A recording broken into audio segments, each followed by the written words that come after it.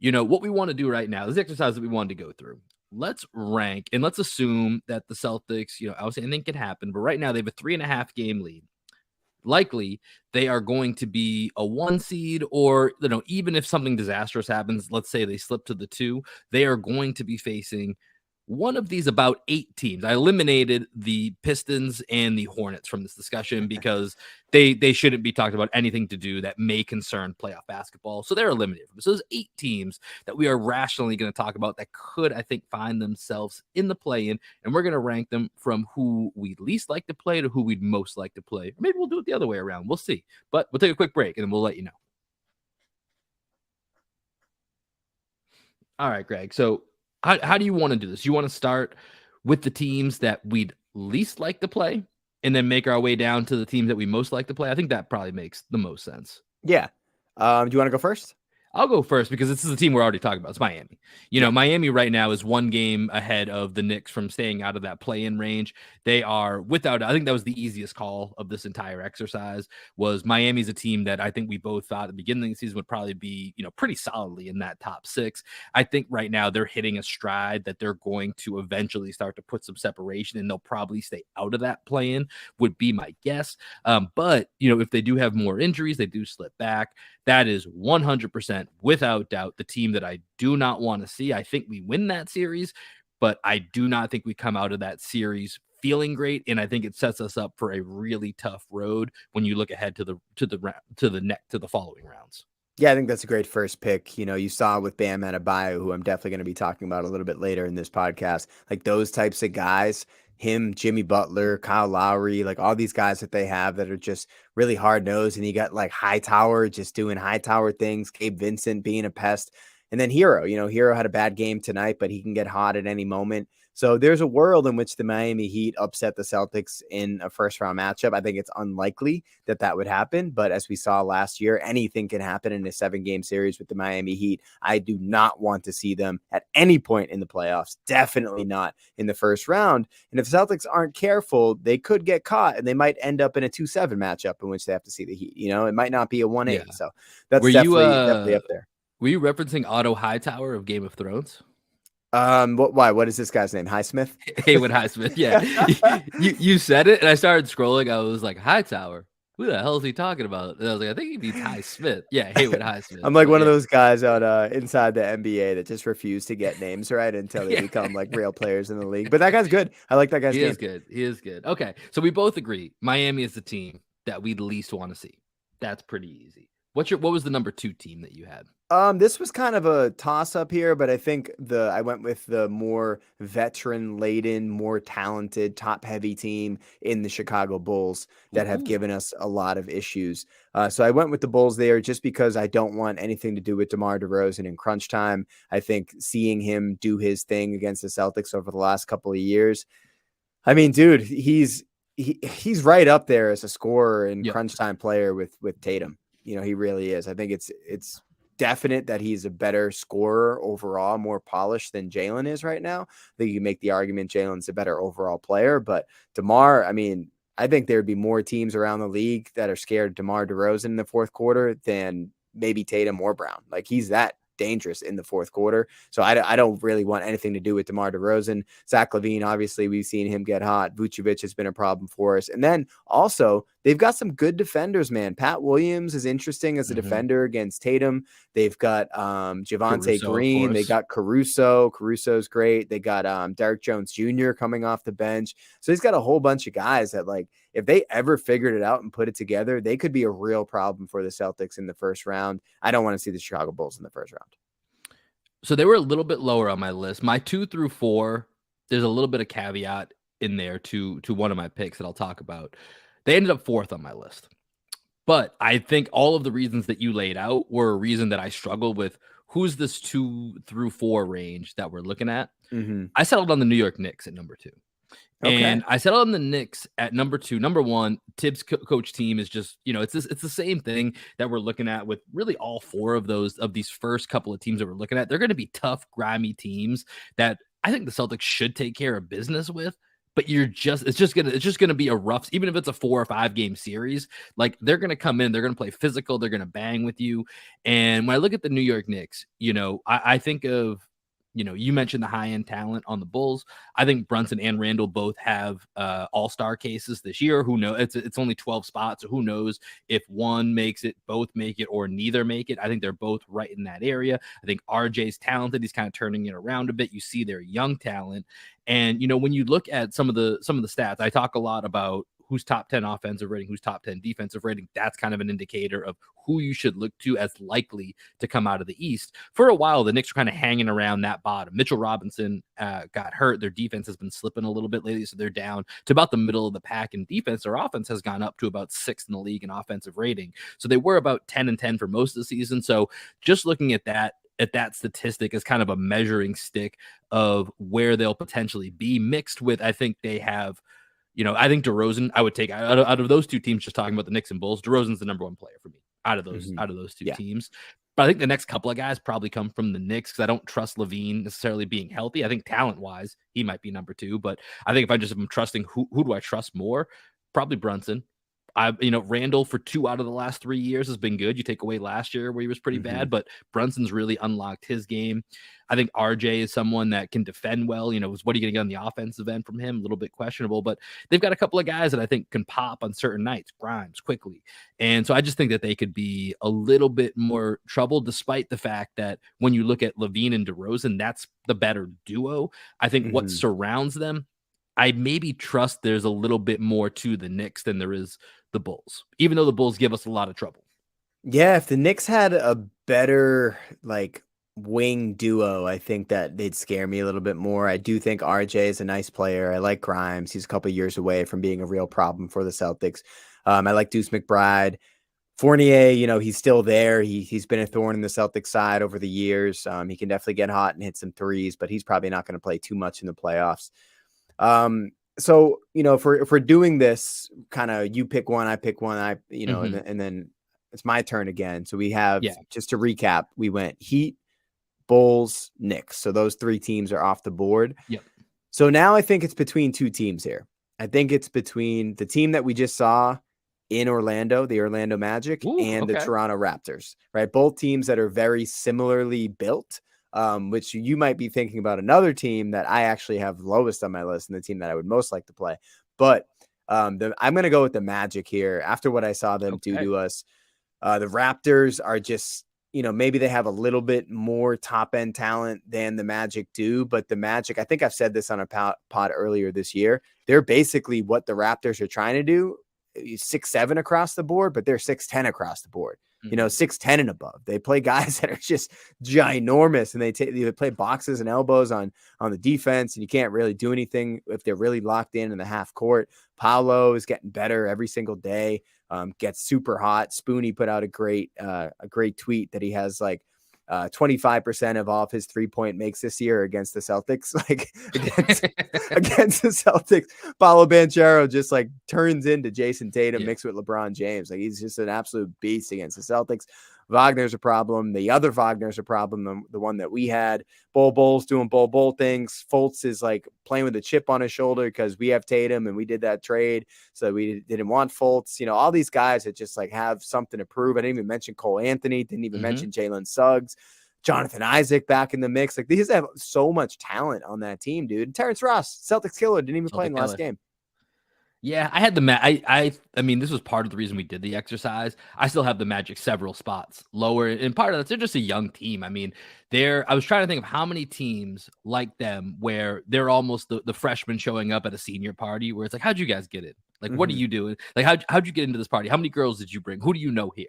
And I just don't know if the Magic are there. Yeah, I think probably next year that will be a big time for them. I was thinking of, the Grizzlies with Ja Morant. I think his second year got into the play-in and made a little bit of noise. And, they took out the Warriors in the play-in. And that was, it's a 1 game. So I think that was, and then they lost to the Jazz right after that.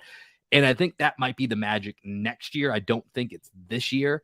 And that was the main reason that I just when I think about the Magic, number one, being clouded by the fact that they've dominated us this season. But then I also reflect on the fact that for the Celtics in the position that they're at, they definitely slept on the Magic. They definitely didn't come out with their best efforts. And a lot of times for those games, you can look at, oh, they were missing a bunch of different guys where they thought, hey, this is a good night to get some rest. Well, it apparently wasn't. The Magic took it as a slight. In the playoffs, that's not going to be the case.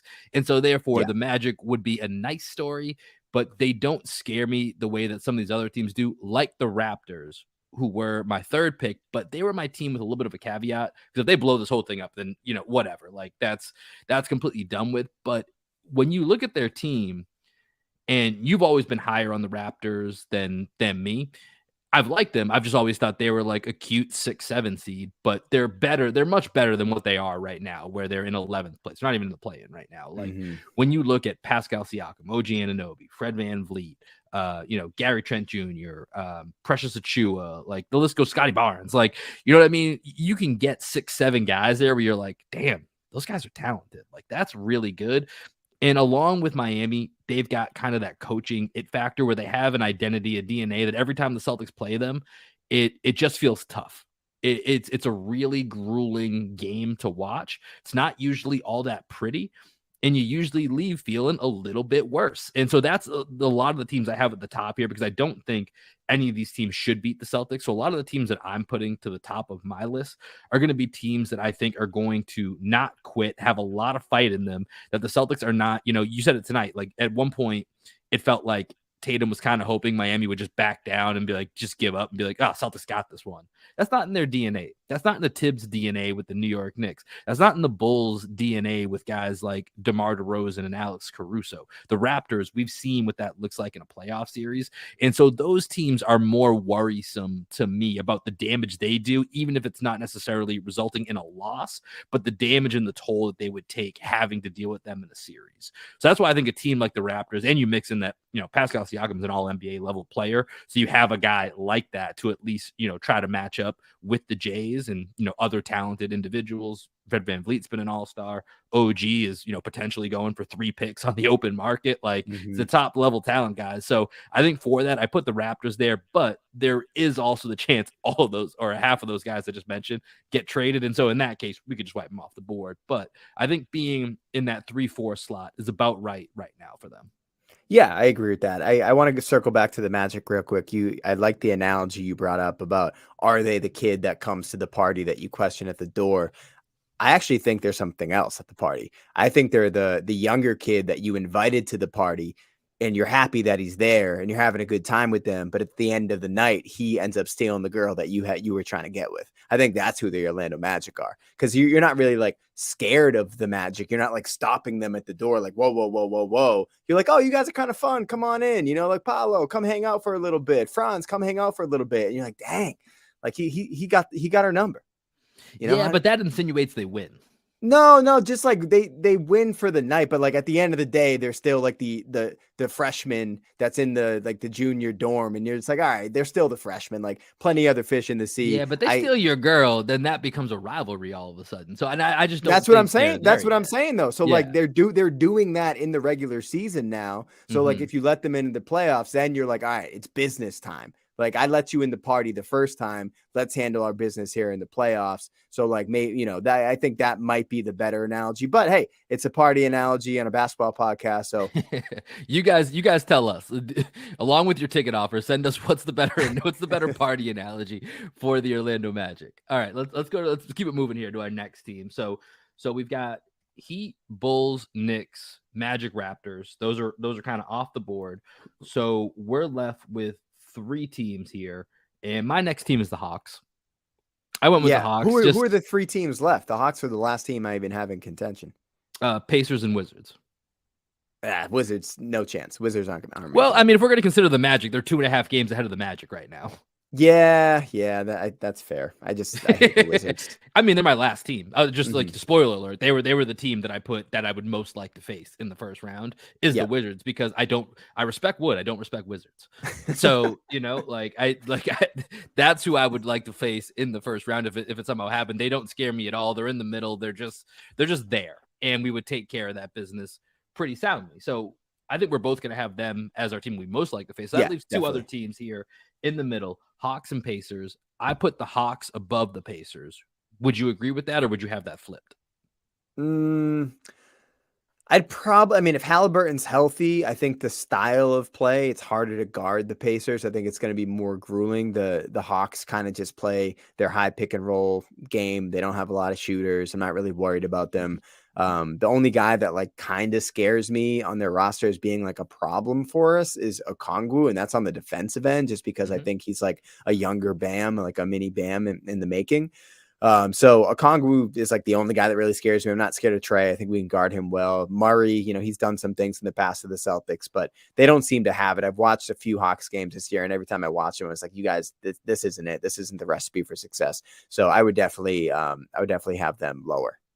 Okay. I'm not going to fight that too much. My biggest thing was just the Hawks at least have some experience. This is all brand new for the Pacers. Like Halliburton's never been there. Almost scarier though, because they don't know what to a degree. Yeah, they're at, For sure. I mean, you could look at that either way, I think, and with the Hawks, like, I mean, DeJounte Murray is a new wrinkle to that. Trae Young is starting to shoot the ball better. I mean, we're both very dismissive of Trae Young on this podcast, but his counting stats are pretty crazy. And then when you peel back the onion, he was shooting for a while about 30% from 3-point range. He's starting to uptick that a bit.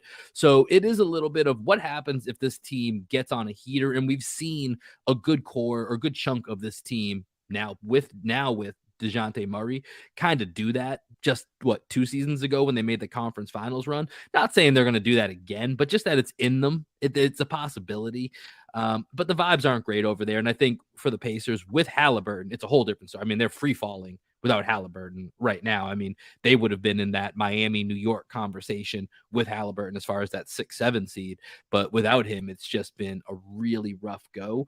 But I don't know that I don't know. The Pacers just seem, I mean, both of those teams to a certain degree seem kind of soft. So I think neither one would be all that scary. So I think it's basically a coin flip. I leaned on the experience. You're leaning on the, we don't know any better, but I think you could go either way with it. Yeah, I agree. For those of you that are listening out there, we'll put out a tweet, just asking you what you think. You can respond to that tweet. You could respond. I'll probably write an article or something, just like a mini article for Celtics blog. You could respond to the comments there, just letting us know if you agree with our rankings, if you disagree, who would you least like to play? Who would you most like to play? Which players scare you? Which players are you excited to go up against in the first round of the playoffs? Yeah, we'll have both our lists in there. You let us know what you think. Did we get it right? Did we get it wrong? Make sure you comment. Let us know what you think. But with that, Greg, let's transition to our final topic of the night. So we talked about this at the Open. Rumor season's here, and the trades they're starting to come in. Rui Hachimura goes from the Washington Wizards to the Los Angeles Lakers for Kendrick Nunn and a mixed bag of chips. Just real quick, any thoughts on that move at all? I know it was a little bit of a chatter in our Celtics blog Slack about, the price. I mean, that's the first trade of the year, at least kind of starts to set the market a little bit. So just any quick thoughts on that move? I don't think it really helps the Lakers. I think it's an opportunity to buy low on a former lottery pick. I don't think he fits the need of that team for more shooters. Don't really know what he does for them. I've never been a big Rui guy. Not a great defender, not a great 3-point shooter. I don't even know like who his comp is in the league right now. I think who would you rather have, him or Pat Williams? Like, I don't know. Who would you rather have, him or DeAndre Hunter? I don't know. Like, there are like all these guys. I feel like he's the lowest on that list, just in terms of like these lottery picks that are kind of in the same mold. Are they a 3? Are they a 4? None of them can really shoot all that well. So I know it's all these guys that I think teams saw Kawhi Leonard and they were like, all right, he could be the next Kawhi Leonard. And no one's going to be Kawhi Leonard because Kawhi Leonard was just like, one of the it was like everyone trying England. To draft a Draymond Green as well during that phase. I like Rui actually. The biggest thing for me with Rui is I really liked him his rookie year. He's not much different than his rookie year is kind of my thing. He came in and has been basically the same kind of guy. I wouldn't say he can't defend at all. I mean, at least with that size. I mean, I think for the Lakers, for a couple second-round picks, not a Kendrick Nunn fan, I think it's at least an upgrade over just having Kendrick Nunn, like having a guy with size. And I know there's some catch and shoot numbers out there with Rui that say he's better at that than you would think. But then once again, once you peel back the layers and you're having to find something hyper specific, it gets a little iffy. I like it for the Lakers. It's just buying low, and he's better than Nunn, in my opinion. Yes, I Right. agree. No But pun anyways, intended. that there you go. But that opens up the floodgate to all these rumors. We talked about the Pirtle rumors, Pritchard a little bit for the Celtics.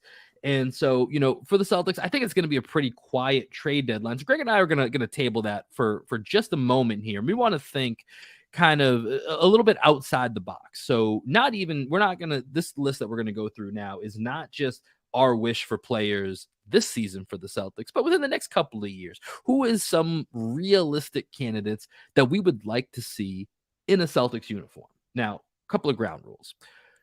We're not going to talk about Ja Morant. We're not going to talk about Giannis. We're not going to talk about Zion Williamson. We're going to rule out anyone that is going to be a perennial MVP candidate. And then from there, Greg and I will probably set our own parameters as to how we took the exercise. But those clear cut MVPs, basically, if you're a top 20 player in the league, we can kind of just cut you out of this conversation. That's not really what we're talking about. These are guys that, for the most part, there's some type of realistic avenue that within the next couple of years, this could be someone that could end up in green. And that ultimately, it's just guys that Greg and I would like to see in green. Anything else you want to add to that?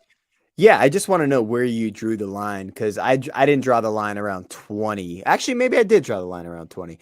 So the player that was actually, I have two players that were kind of my line for, I think, like, might be too unrealistic for this exercise, but I don't think they're impossible to one day end up in green. And I think both of them would look really, really good in green.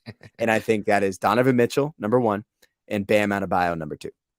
Okay, so we definitely took a different approach to this exercise. Well, that's what I'm saying. Like, that's the line. Like, that's what I'm saying. Like, I'm not like, those aren't on my list. Those are that's the line where I was like, okay, they're on the other side. Got you. Yeah. Okay. Yeah. So for me, like I said, I basically took, if you're in the top 20, I basically automatically took you out of this conversation.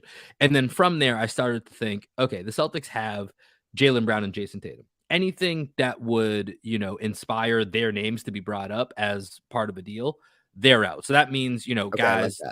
Like Anyone that's like, like an Anthony Edwards, SGA, who's probably a top 20, but some of those younger guys, even like a Mobley or a Cade Cunningham or some of those guys, I kind of cornerstone. Exactly. Younger franchise cornerstones. I took them out of the equation as well, because that just doesn't really feel realistic. And then from there, I had to start kind of whittling down, like, okay, a guy like DeMar DeRozan. We just talked about him, really like him, but he's older. Like, I don't really, I'm not dying for that right now. So I kind of took out the DeRozans, the Middletons, the obviously we're not running Kyrie back, but CP3, Rudy Gobert, Levine. Like, I took out some of those guys that are a little bit older. Maybe there's injury concerns. They're not necessarily top 20 guys, but for other reasons, they're kind of eliminated. So mine, because originally when we talked about doing this, I immediately went to, like, who are the unsung role players that I kind of want? Like, basically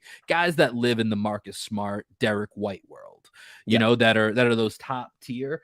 And then once we kind of opened it up to a slightly larger parameter, my top couple of guys that I have here fit probably into that fringe all-star range, but definitely are not confirmed all-stars. Those guys I left off to the side. So with that, let's go to your number 5, because I want to see where you started. Well, I want to start this conversation by saying that we got one of them years past. It would have been Malcolm Brogdon. Malcolm Brogdon was always super, super high on my list. So the fact that we actually got one of these guys gives me hope that one of these other guys that we mentioned will one day end up on the Celtics. We're going to look back in 2 or 3 years and be like, hey, remember that time he was number 3 on my list? Yeah, exactly. All right. So I didn't really rank them. I kind of just like made a list. Okay, we don't have to do that. Let's just give me one guy and we'll go back and forth. I'm going to go with Jeremy Grant. I've always liked Jeremy Grant. I think he got like a little bit of a weird reputation within the media. Like, Bill Simmons was kind of low on him for a little bit, talking about like he wasn't a good defender and all this. And when Simmons says something, like, a lot of people start believing that stuff.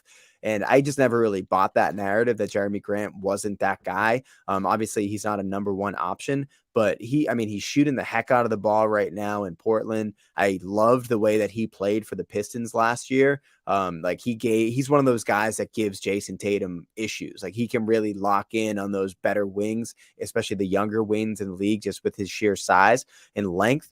I would love to see Jeremy Grant and Green. I don't know what it would take to get him. I'm pretty sure he's a free agent coming up. We're not going to have the cap space, so it'd probably have to be some sort of sign and trade type of thing.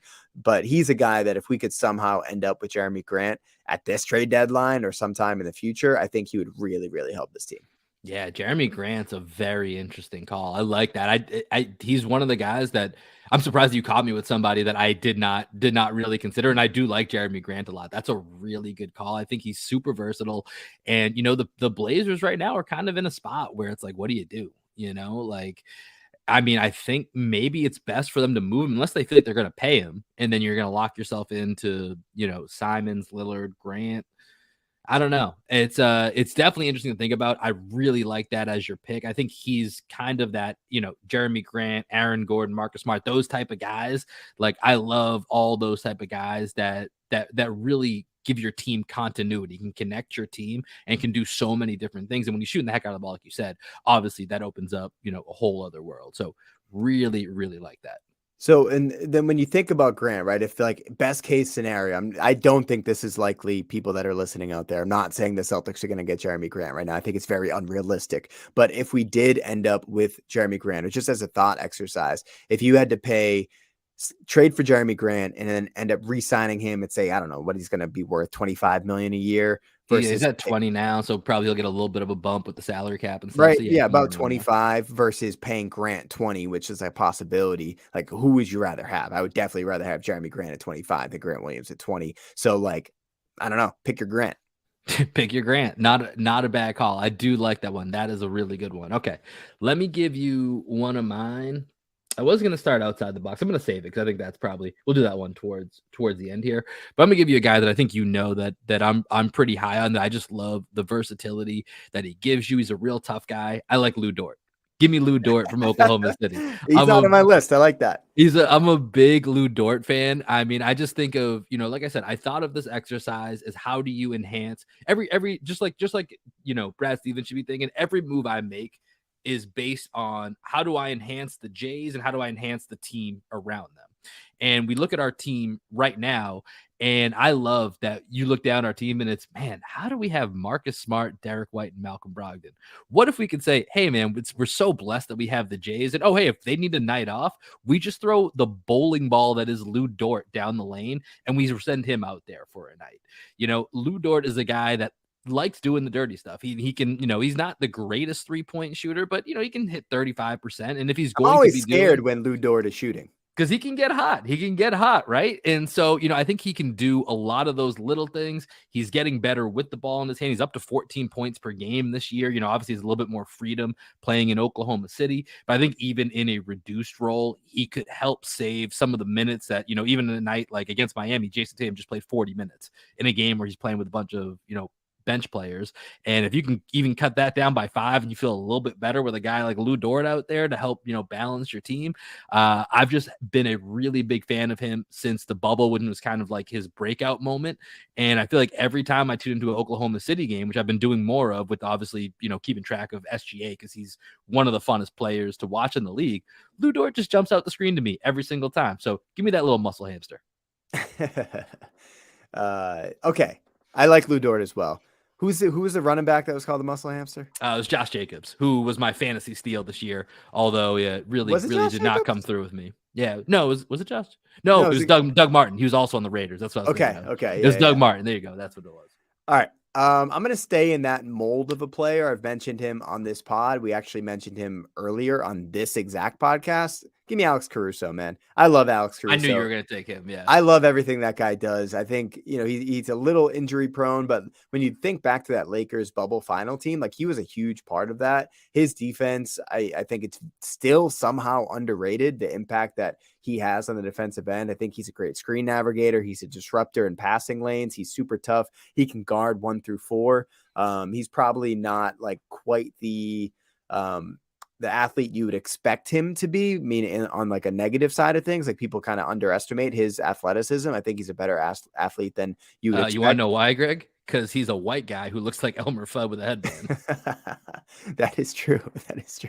So I think Caruso's a guy that I would love to have. If the Bulls, I was really hoping the Bulls would continue to plummet. They've picked up their play because I would have loved to be able to steal him at his like $8-9 million deal. Yeah, I mean, Caruso fits the DNA. If you're looking for a defensive-minded guy, Caruso is that guy, right? Mm-hmm. Caruso is that through and through. I like him. He was a guy that I knew you were going to take, so I didn't even write him down. I knew that was somebody that you were probably going to target. Yeah. His shooting worries me a little bit with him being out there so much, but at the end of the day, that athleticism, his defensive prowess, like he's going to be a game changer out there. So I like that pick. Caruso's a good one. All right, let me go to I did have an order, but now I'm just kind of going all over the place here just to keep it interesting. I'm going to go with a guy that you and I were really bummed out when we found out that he snuck in to the original James Harden trade. And I don't know where the Celtics were or where any rest of these NBA teams were besides the Cleveland Cavaliers were. And that's Jarrett Allen. Jarrett Allen's an Austin guy. We saw him play. I was still working at UT at the time when he was here. So I got to see him play, relatively up close in person for a little bit during his time in college. And, he does everything that you want your center to do when you have, dynamic scoring guys like in his case right now, Darius Garland, Donovan Mitchell. Think about what that looks like when you get the backline defense similar to that of a Rob Williams. Rob probably has a little bit more athleticism. Not that Jarrett Allen's not athletic. He's going to protect that rim. But then you also get his added skill set on offense, in which I do think he supersedes that of Rob Williams. So whether that's to pair with Rob Williams or that's to, not necessarily pair as in play on the court at the same time, but have them alternating onto the court as an option. I think Jarrett Allen could either be an upgraded Rob Williams or he could be a guy that if you have the two of them on the court, good freaking luck. If you're just rotating minutes between Rob Williams and Jarrett Allen, that's going to be a really tough team to score, especially when you add in all the other components that the Celtics have the capabilities for. And he's also a guy that just doesn't need plays drawn up for him. He seems very low maintenance. I think he would just be a really seamless fit to what the Celtics have built. I didn't understand how more teams weren't out there trying to get him when it found out that he was available and he was just more of like a facilitating piece in that deal. I was furious when that happened because if you remember, like that was before Rob like really, really burst onto the scene and we just didn't know what Rob was going to be. And I was like, Jarrett Allen, like give me Jarrett Allen all day, every day. I'm very happy that we ended up with Rob and that he's flourishing into the player that he is. But Jarrett Allen, he's just a safer bet than Rob Williams. Exactly. And that's part of my reason for putting Jarrett Allen on this list is just I just feel safer, and I feel like you're going to get the same and maybe more production. I know he's already been an all-star one time. So he's the one fringe, like there's a couple fringe all-stars I have on here. He's the one that's actually crossed that threshold on my list. I'm going to go with another front court player, another guy that brings toughness to my team because I think the Celtics still somehow just lack a little bit of toughness, as we saw tonight with Bam Adebayo went bam all over us. I like Bobby Portis. Crazy Bobby eyes. Portis. There were a couple of years ago, I think he was gettable. Now he's too integral to what the Bucks do. I think he's going to be in Milwaukee long term, but he's a guy that I always wanted to see in green. And like if we're doing this whole Grant Williams versus another team's bench power forward thing, Bobby Portis or Grant Williams, like you're probably picking Bobby Portis, right? So I think Bobby Portis does a lot for you. He's a super sub right now for the Bucks, and I just love the toughness that he brings, man. And I love guys that remind me, even if it's not in game, but in attitude, of Kevin Garnett. And he reminds me of Kevin Garnett. Yeah. I mean, I think, I think that's a great pick. Not really surprised you went there. That seems like that's right in your wheelhouse to go. I like tough guys. Yeah. And honestly, Bobby Portis is one of the tougher ones. And he's also one of the craziest ones. So, I mean, I think correct me if I'm wrong. Is he the one that knocked out Mirotic? Knocked out Mirotic. That I know is a fact. Okay. But I believe I've heard a story that he also And I'd have to look this up to see how I fact can't this is wait. or I not. have no idea what you're about to say. I'm excited. He imagines that whoever he's supposed to guard that night Yeah. is talking stuff about his mom, and he punches himself in the face to get fired up. I think that is Bobby Portis. That's But I Bobby mean, Portis, that's what right? I'm saying. Like that's something that KG probably would have said. You know what I Yeah, mean? Like he's exactly, absolutely exactly. insane. I love him. Yeah, it's a little screw loose, but it tends to play itself out in a good way on the court. Okay, I like Bobby Portis. I'm gonna go with another guy that I've long coveted, very kind of similar to the same reasons that I went with Lou Dort, and I'm going with Jeremy Grant's teammate Josh Hart. I think Josh Hart just Like Josh Hart. does a little bit of everything. I think he's one of those guys. Once again, he's the role player that there's not a single team in the league that would say, we don't really need Josh Hart. Every single team wants a rotation guy like Josh Hart who can come in and he's had a game where he put up 40 points. He's not going out to do that each night. He's a little tentative shooting the three. He can do it, every now and then, but he's a guy that gives you 9 points, 8 rebounds, 4 assists are his stats this year in Portland. That's fantastic for a guy that you have that you're going to be able to rotate in the mix. And I think once again, when you look at the DNA of the Celtics of having guys that can both play up and down, whether you need Josh Hart to play the 2 or the 3, he can kind of fluctuate depending on who else is on the court with him.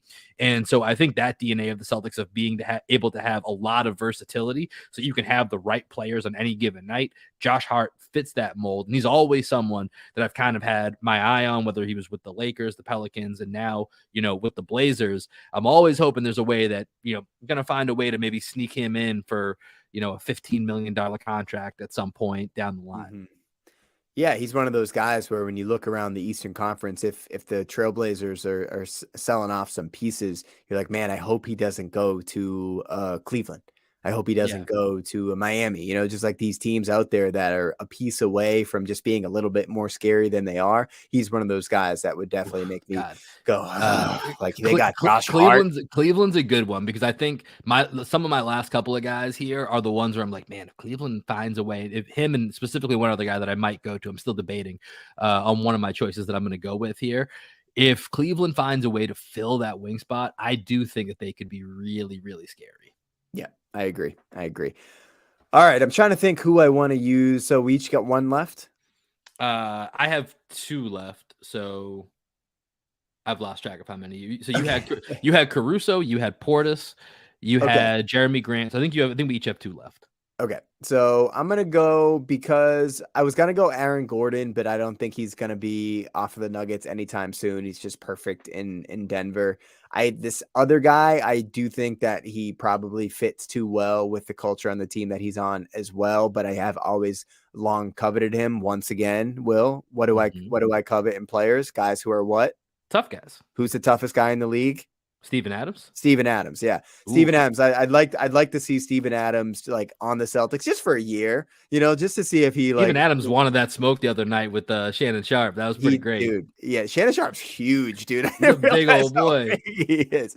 Yeah, but Steven Adams, someone that I would love to see in Boston, just because he's the toughest guy in the league, and if he was on the Celtics, I would never, ever question our mentality or our grit because I know Steven Adams would be there. And I think that would kind of like empower Jaylen Brown, a Jason Tatum to just get like a little bit more frisky out there on the court because they know they got Steven Adams backing them up. I like that pick. Steven Adams, he's one of those guys that's also a little bit younger than you think. I think he's still sub 30 years old right now. Yeah, feels like he's been in the league. He's like 28, 29, but it feels like he's been in the league a lot longer. But I think one of my undoubtedly favorite, every couple of months is anytime, especially this Grizzlies team, which likes to talk smack. I love that they even feel more free to do so, knowing that they just have Steven Adams in their back pocket. During that Shannon Sharpe, scuffle with him and T Morant, John Morant's dad. Did you see the one security guard that boldly attempted to get in Steven Adams' way? And Steven Adams, not even trying to hurt him, not even trying to inflict, just pushed him to this man, like the slow motion replay of him getting pushed to the side. Steven doesn't even look at him. He's looking at a different way. It's not even a bother to Steven Adams' path. And so I like that pick. He is terrifying. Do you think him or James Johnson's the most terrifying guy in the league? I figured for on basketball reasons you weren't going to go James Johnson, so that's why I said Steven Adams. But curious for your thoughts on just Well, between James the two of Johnson them. is like a professional kickboxer as well. Yeah, So like I think he would probably win in a fight, but Steven Adams just like I mean, he's what, 7 feet? Like he's 7 feet, yeah, 250. He is 29 years old, by the way. yeah, And the fact like those New Zealand dudes, like I'm always scared of them. He's got a great tattoo, got a good beard. He's just terrifying. yeah. Steven Adams, good call there, good call. All right, so I've got two more here. So for this next spot, I've been debating of who I would go with. They're kind of the same mold. One we've already talked about briefly because he is on the market right now, and that's OG Anunoby.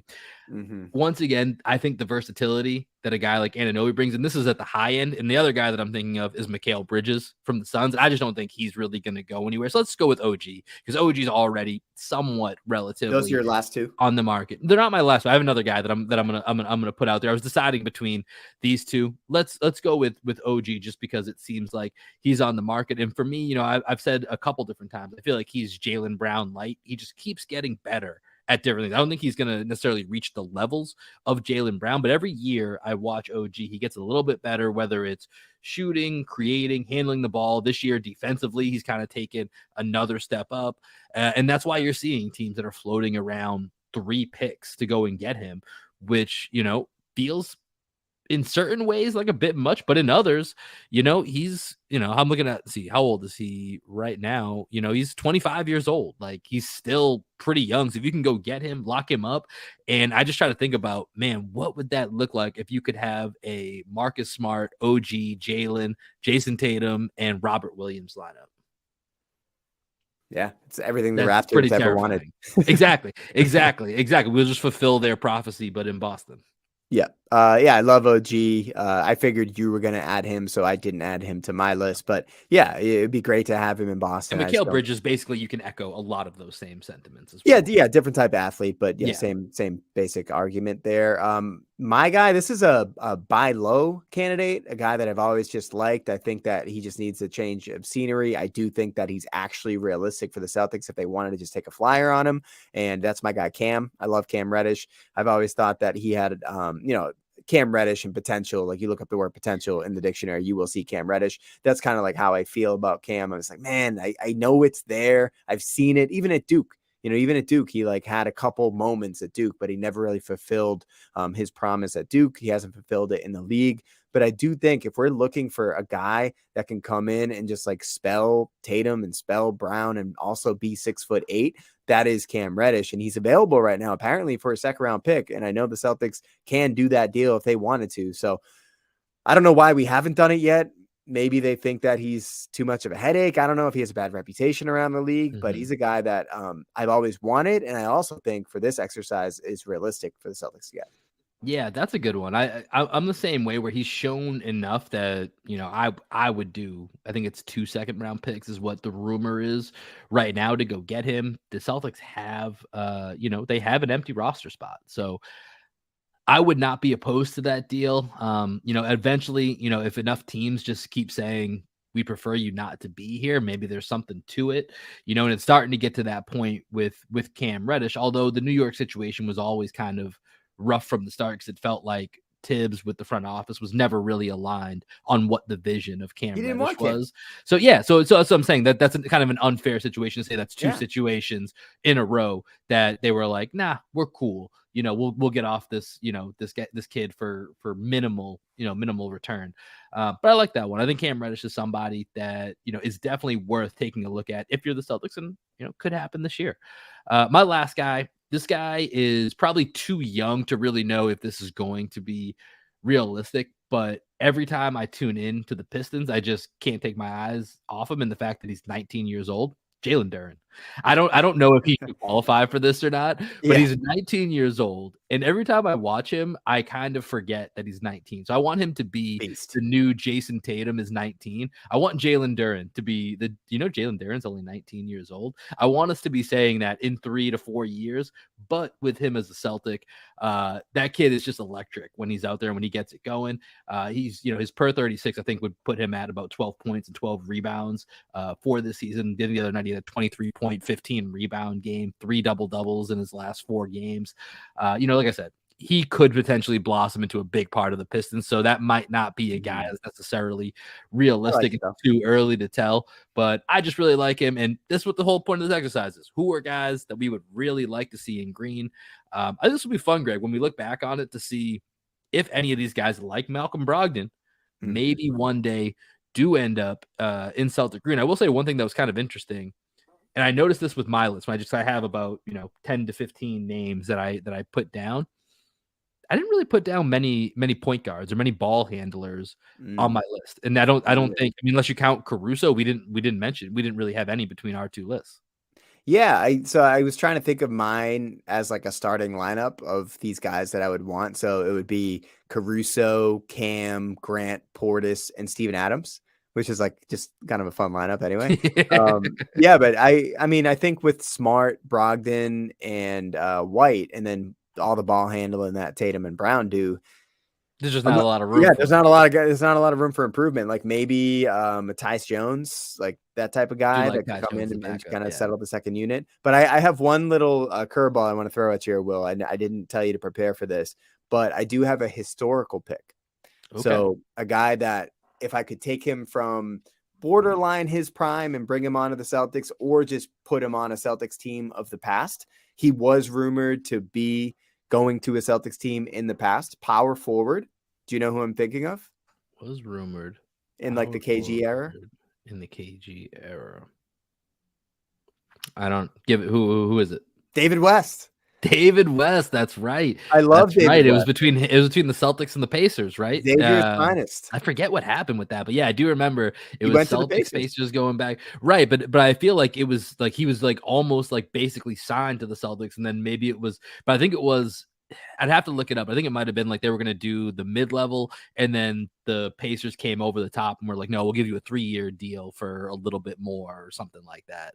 Yeah. But David West, that's a good one, man. People forget that, I think it was the New Orleans Hornets team with Chris Paul, David West. That was a really good team, man. They had the end of Peja on there as well, Mo P. Yeah, dude. I was going to say, can you name their lineup? Yeah, but you got it. Yeah, obviously there's others we're missing, but those are the 4 that really jump out to me from that team. Tyson Chandler, exactly. Dude, what a squad. What a squad. Oh, man, that was a really, really fun team. And you know what? That was a really fun exercise. I'm glad we did that. We were trying to think of what to do for this, change it up a little bit. Really fun show today. Hope that you guys enjoyed it just as much as we did. We do appreciate y'all following along with us. This show will be up on YouTube, so make sure you are following our YouTube page. We did not live stream this particular one because we recorded a little bit early with some of our travel plans, but most of our podcasts going forward will be a live stream. So jump in if you have questions. Maybe we'll answer them live on the podcast. So make sure you're following us on YouTube to go ahead and get that notification when we do start to stream, as well as just make sure you're following us across Twitter, Instagram, and our TikTok. Shout out to our guy Mark locking down the TikTok game for you boys out here. Greg, any final thoughts before we go ahead and get up out of here? So, Will, where are our seats going to be for the Knicks game? For the next game, if you want to come say what's up, we're going to be up in the Rafters Club. So we're going to be up top in the Rafters Club. We'll probably be doing some moving around as well, but that will be the main station we'll be at unless we, find a way to make a couple of calls and make a couple of things happen. Cool. So, yeah, so come say what's up. Don't be weird about it. Just, say hello, and, we could chop it up for a minute. And when I say don't be weird about it, I don't know what I meant by that. I guess more I meant like just come say hi. Like don't feel like you can't say hello. Like come say what's up. You'll see us there. So with that, we're gonna play you up with some music from my band down here in Austin, Texas. We are called Black Sheep Optimist. This one's called Skywalking. Don't be weird. Say hi. What's up, everybody? Peace y'all.